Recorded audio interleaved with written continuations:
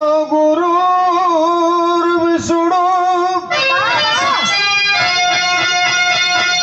गुरुर्देवो महेश्वर गुरुर्साक्षात् परब्रह्म तस्मै श्री गुरुवे नमः।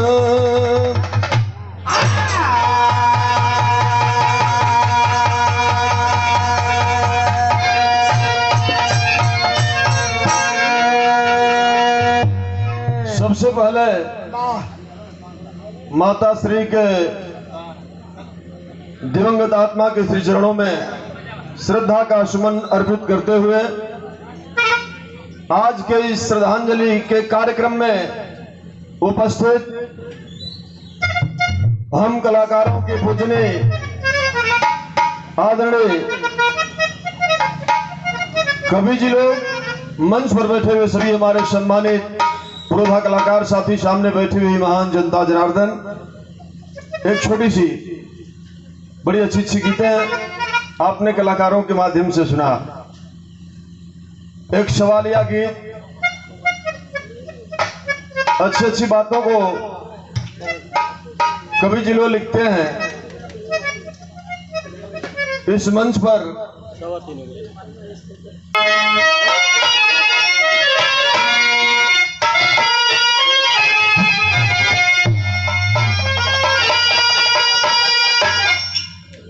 और काशी हरिद्वार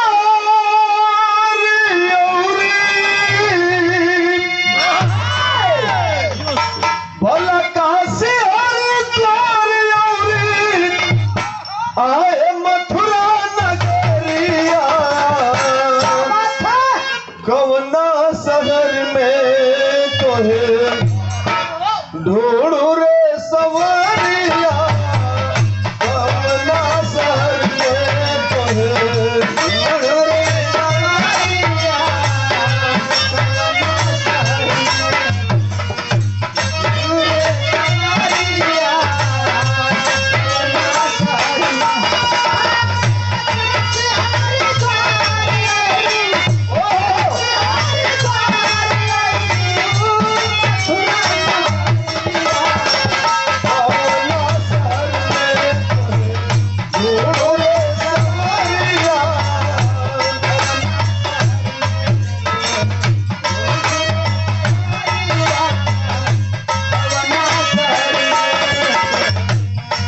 सम्मान के लिए समाजवादी सांस्कृतिक प्रकोष्ठ के जिला अध्यक्ष हमारे बड़े भाई विजय यादव जी के द्वारा बहुत बहुत प्रणाम। मालिक दिवंगत आत्मा को सदगति प्रदान करें।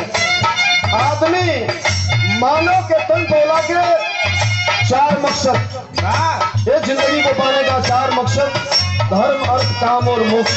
अंतिम गति इंसान की यही होती है, हार्दिक इच्छा होती है। ये जीव सवाल कर रहा है।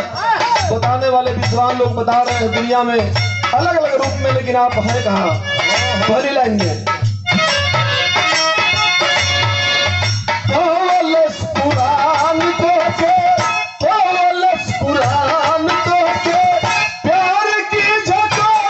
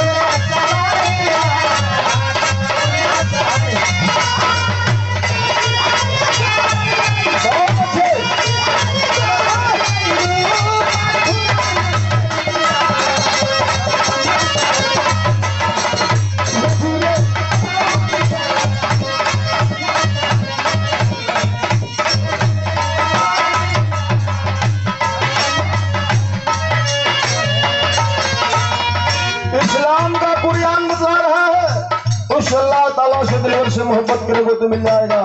वहीं पे गोस्वामी जी महाराज रामचरित में बता रहे हैं मानस में कि आप कौशल्या के गोद में भगवान राम बन के आए। सूरदास बता रहे हैं कि आप देवकी वासुदेव के यहाँ भगवान कृष्ण बन के आए। लोग आगे भी बता रहे हैं बुद्ध कहले आत्मा, बुद्ध कहले आत्मा सजनवा के रूप है।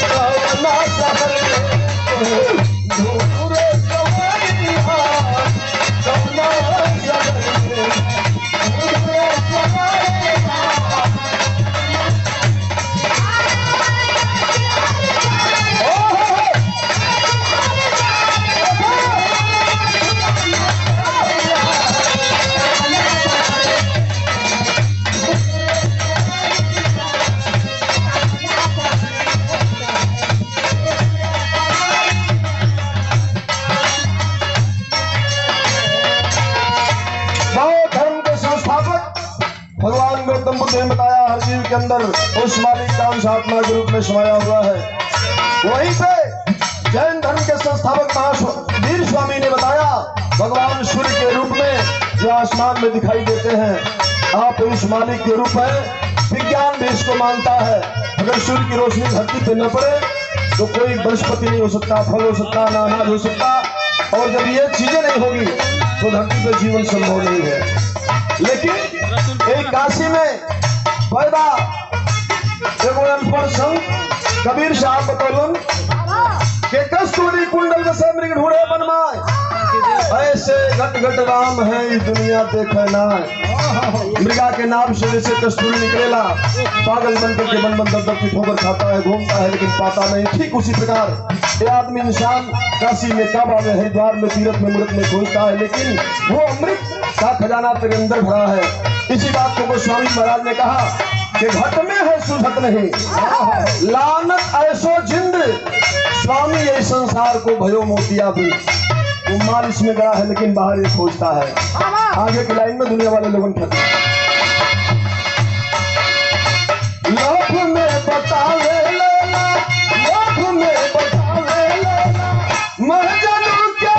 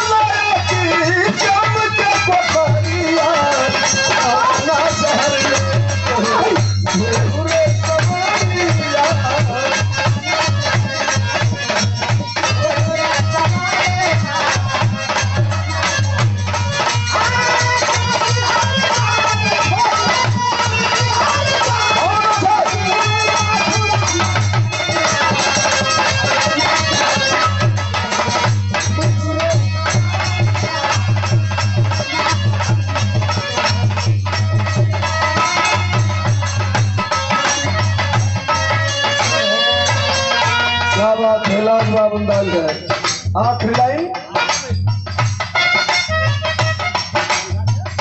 गुरु गणेश रामलाल, गुरु गणेश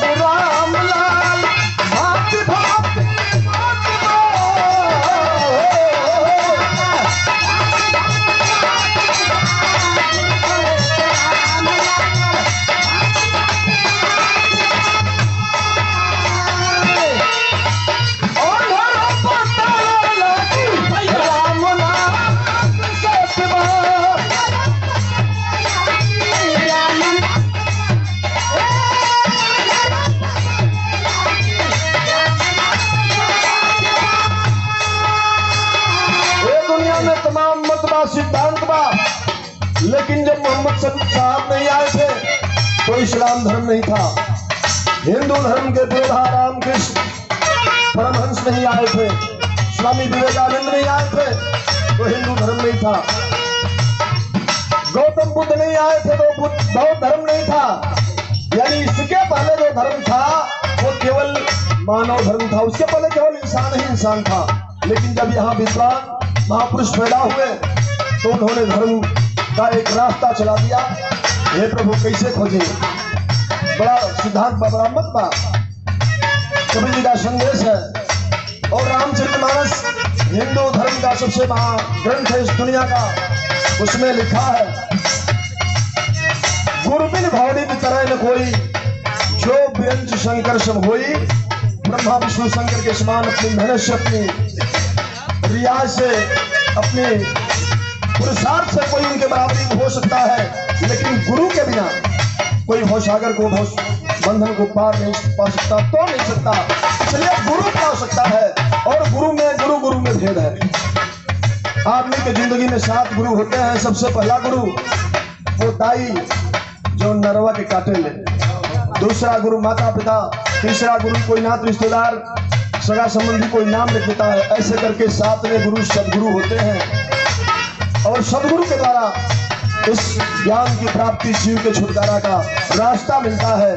तो भैया हम उनके गांव देहात में लोग कहला कि साझी सवेरे राम राम कर लेब, क्यों शिव के मानता शिव शिव कर लेब तो पार हो जाई, बेड़ा छूट जाए। लेकिन ना, कबीर साहब कहलन कि मीठा मीठा कहला से मुंह मीठ ना हो सकेला। 5 मिनट चाहे 5 घंटा करब, चीनी करब, मुंह मीठ ना होई। चीनी को खाना पड़ेगा। चीनी गन्ने से पैदा होगी, इसकी पेराई होगी, ओके आग में जलावल जाए, पकावल जाए, मशीन में तब जाके चीनी हुई, ओके खाई जाए। सब बहुत लंबी प्रक्रिया है। हारमोनियम बजावे के गुरु के जरूरत बा, ढोलक के सीखे के बाद गुरु के जरूरत बा, सुरती लिखाए के बाद तो पहो में गुरु की जरूरत बा। तो इतना आसान है विज्ञान नहीं है। दुनिया का सबसे कठिन विद्वान, इस विज्ञान को जानने के लिए हमारे भारत की धरती पे ही महापुरुष पैदा हुए, ऐसे सदगुरु पैदा हुए।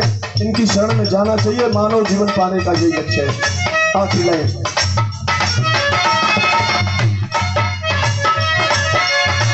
गुरु गणेश राम लाल भांति भांति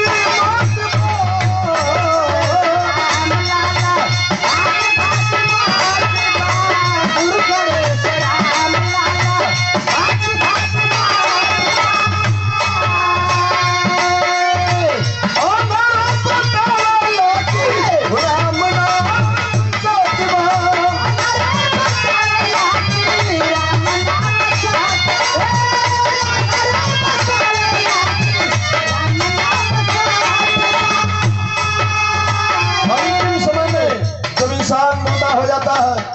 कई लोग सगा संबंधी लोग तब बतावे हरकेश कि राम नाम सत्य है, सबकी इज्जत है। जब तक कुछ करे एक आदमी बात तब तक केहू ना बतावेला।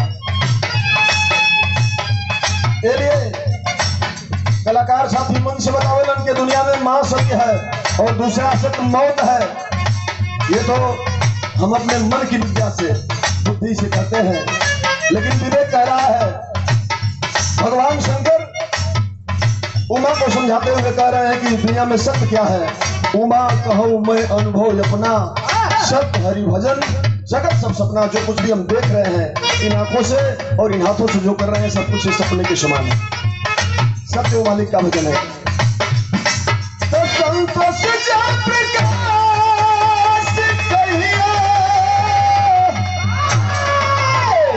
मतलब समझिए भैया,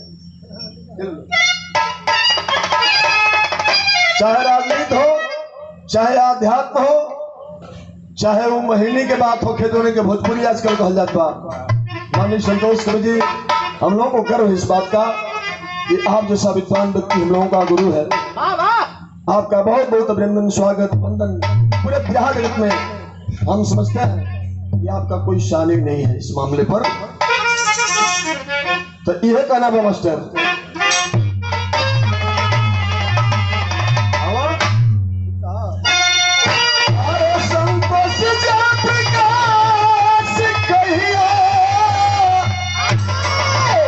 भला हो शहर में तो है ढूंढू रे